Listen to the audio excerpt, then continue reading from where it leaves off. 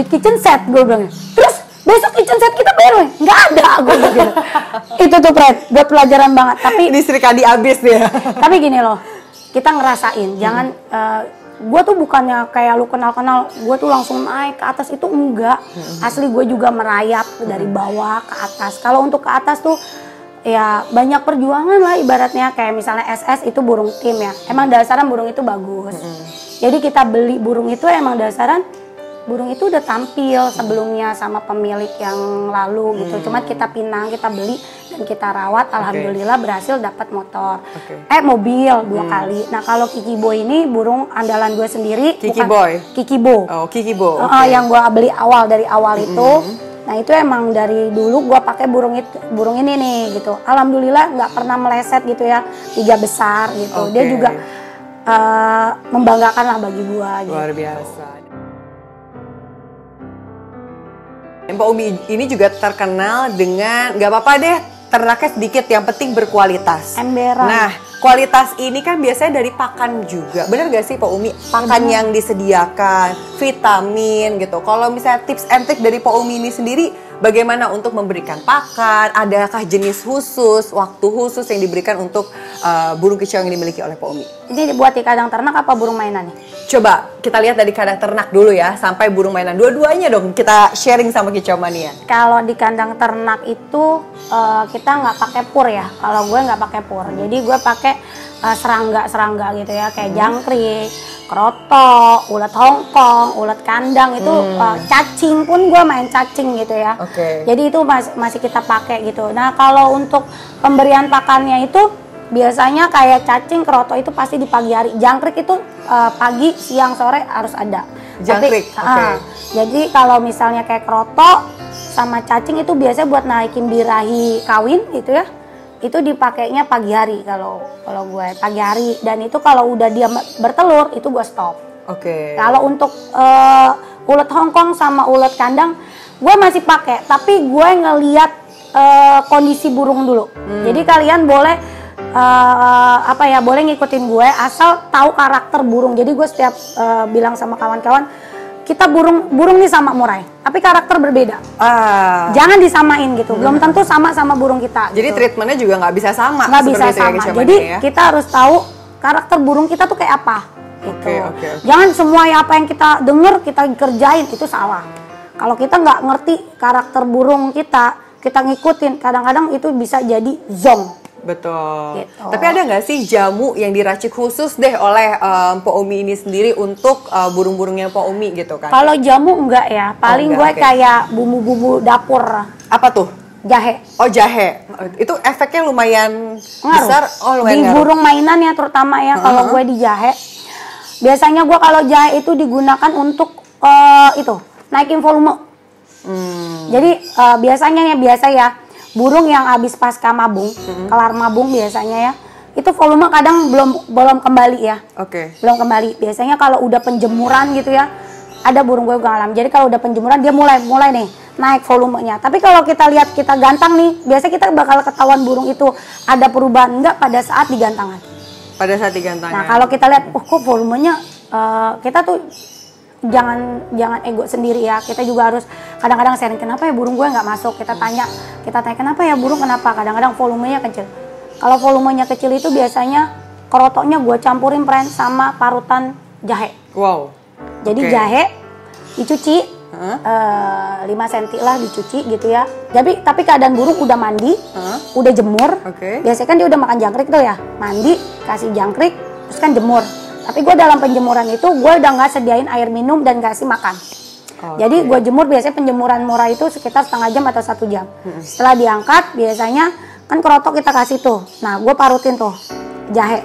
Habis gue parutin kan pasti nempel tuh ya di parutan. Kita ambil, kita aduk aja, kita campurin di kerotok. Insya Allah 2 minggu berubah. Tips baru langsung tapi pemakaiannya seminggu 3 kali ya, jangan tiap hari. Kalau tiap hari mungkin berdampaknya jadi jangan gini loh, jadi gini, obat yang kita minum tiap hari itu nggak bagus. Misalnya atau mungkin jadi nggak ampuh gitu ya jadi nggak ampuh. Jadi biasanya karena kebetulan burung gue tuh mandi 2 hari sekali gitu, jadi 2 hari sekali gue kasih. Tapi kalau udah mulai ngebuka gitu volume gue stop. balik lagi sekarang, komitmennya kan harus cukup kuat nih kalau misalnya memiliki burung kicau ataupun bahkan berternak sendiri seperti Empo Umi ini sendiri.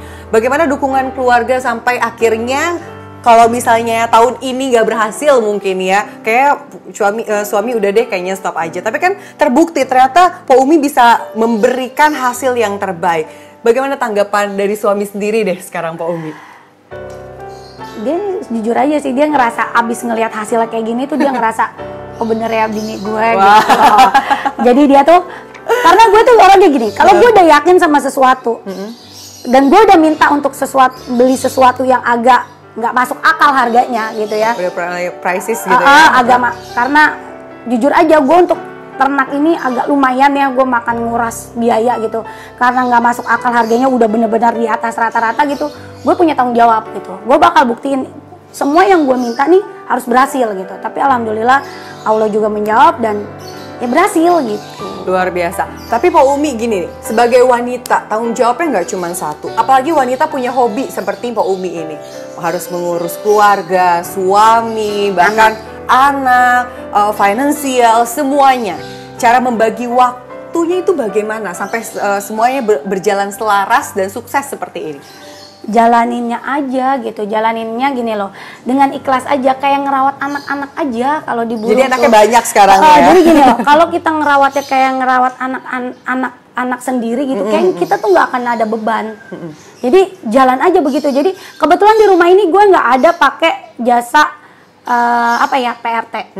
Jadi semua gue kerjain sendiri gitu loh, tanpa dibantu. Cuma ya itu, kita jalaninya tuh jangan ada beban. Oke. Jalanin aja begitu, insya Allah lancar semua, kelar semua kerjaan kita gitu. Berarti dijalankannya sesuai dengan hati gitu kan. Jalanin aja semuanya, mungkin seluruh Kicau Mania bisa melakukan tips ataupun motivasi yang diberikan oleh Po Umi ini sendiri.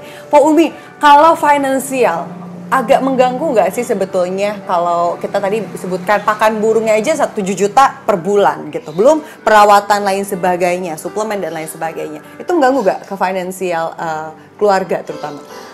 Kalau waktu sebelum ternakan berhasil ya ngeganggu banget gitu ya, makanya suami sampai bilang udah deh, udah kayaknya udah ada di titik capek cukup gitu, karena mulai berasa juga ya pengeluarannya gitu. Tapi pada saat ini berhasil, ini loh hasilnya gitu loh.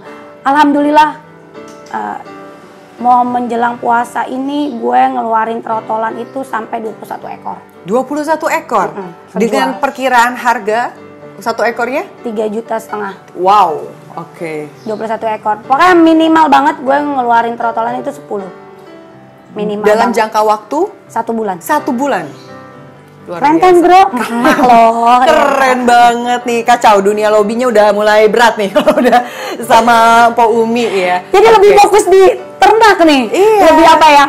Tapi dapat fashionnya malah di situ, dapat titik baliknya malah di situ ya, bener. seperti itu ya. Lebih apa ya? Sampai suami ngomong gini, gile pendapatan lu lebih gede dari gue, sampai dia bilang gitu. Hasil bulanan lu lebih gede dari dia bekerja. Betul, gitu. perlu digarisbawahi sebetulnya Kicau Mania, kalau misalnya Kicau Mania sudah menekuni sesuatu atau sudah yakin dengan apa yang dilakukan, mungkin bisa jadi seperti Po Umi. Yang penting sabar ya. Yang penting sabar, yang penting konsisten. Benar. Baik, ini akan sudah memasuki pertanyaan-pertanyaan akhir sebetulnya, karena memang pertanyaannya seru banget sampai nggak kerasa kita sudah ada di penghujung pertanyaan. Nah, Umi Kalsum, di sesi terakhir kita, apa yang ingin disampaikan untuk seluruh Kicau Mania yang sedang menyaksikan bincang video kita berdua ini? Jadi buat kalian nih yang lagi ingin berinvestasi di burung ya, saran gue jangan cuma investasi doang, tapi kalian nggak rawat nih burung kalian dengan konsisten, entah dari pola makan, pola rawatan, pemberian suplemen ya kayak vitamin-vitamin gitu. Kalau kalian cuma ngerawat aja juga nggak bakal jadi friend gitu. Jatuhnya tuh kayak misalnya lu mau berternak gitu ya, tapi lu nggak melakukan perawatan kayak pola makan dan perawatan itu nggak bakal jadi, hasilnya bakal zonk gitu ya. Jadi kalian tetap harus merawat burung-burung itu dengan baik, insya Allah hasilnya juga bakal baik. Oke, luar biasa sekali. Terima kasih banyak Mpok Umi atas informasi, tips and triknya. Jadi perlu diingat untuk seluruh kicau mania dimanapun berada, jika Anda ingin berinvestasi burung, Anda harus perhatikan perawatannya. Jangan sembarangan, karena memang burung yang berkualitas itu akan menjadikan sebuah investasi yang baik juga nantinya. Sekali lagi terima kasih banyak. Semoga seluruh kicau mania mendapatkan informasi yang dibutuhkan. Sampai jumpa lagi tentunya di episode selanjutnya dengan narasumber kita selanjutnya. Tetap bersama kami di Bijak Berkicau. Terima kasih banyak, Po.